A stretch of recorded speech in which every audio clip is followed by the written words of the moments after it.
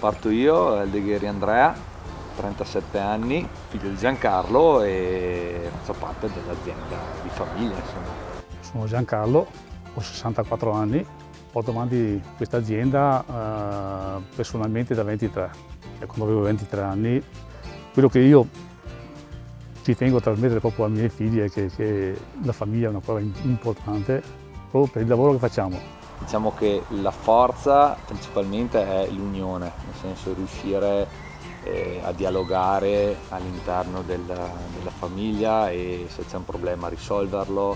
Io ho seguito molto le orme di Giancarlo appunto perché la passione è nata strada facendo, è nata probabilmente col tempo e dovuta principalmente proprio dei valori di famiglia. Ma gli scontri, come ti dicevo, sono all'ordine del giorno. Metà dell'anno scorso che avevamo da acquistare un pezzo di terreno in fianco al nostro, io da giovane spingo per farlo l'investimento, lui giustamente dice ma forse vedendo un po' la situazione è meglio che stiamo fermi, l'ho vinta io però in realtà non è una vittoria, ma insomma sono più discussioni che scontri, ecco. Allora, tutti i papà vogliamo per i nostri figli insegnargli la strada che devono fare, purtroppo è un errore che facciamo sempre.